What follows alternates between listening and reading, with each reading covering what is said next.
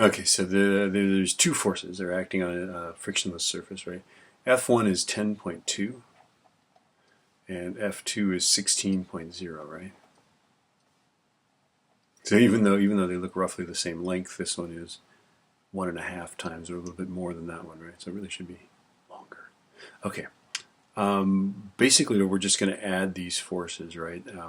The net force, right? So it's just F1 plus F2, right? Equals negative 10.2 newtons in the x direction plus negative 16 newtons in the y direction, right? And then if we found I guess we have to find it as an angle magnitude vector, right? So it's going to be back this way, right?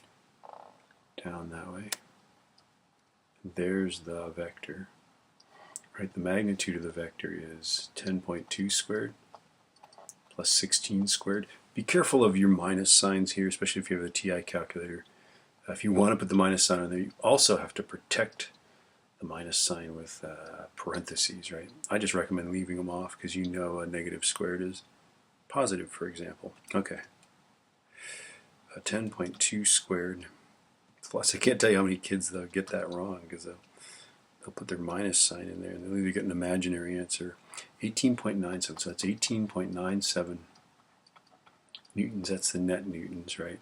And then 237 degrees, you suppose they mean trig angle? Maybe, let's find this angle here. So that angle right there is tan minus 1 of, this side's 16, this is 10.2. Right, so inverse tan of 16 over 10.2.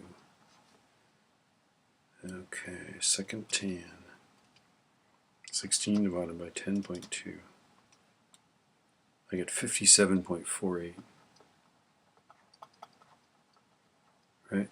So the trig angle would be, indeed, it would be 180 plus, because the trig angle would be all the way to 180 and then more. It would be this much more, right? So plus 57.48.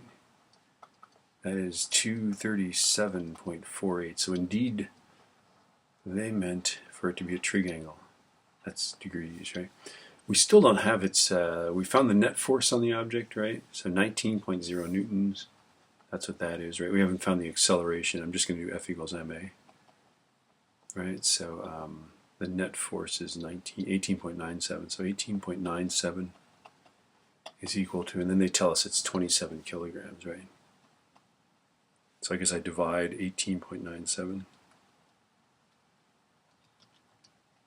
divided by 27. 0.70259.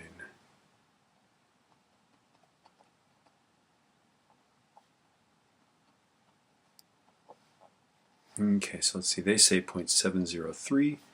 I would have to agree with them. 0.703